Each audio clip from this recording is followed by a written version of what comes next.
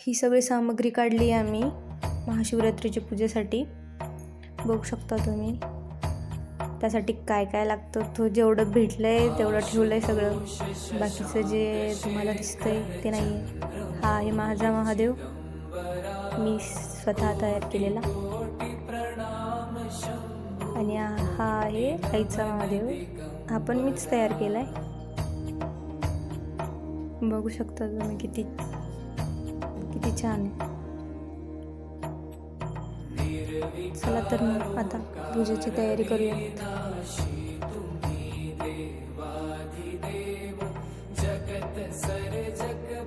ही झाली आहे पूजा. आता दर्शन वगैरे घेऊन मस्त आरती वगैरे करून सगळं झालंय. ती भारी वाटते. बघू शकता तुम्ही. ही आहे आईची पूजा. श्री शिवाय नमस्तुभ्यं. चला तर मित्रांनो, बाय.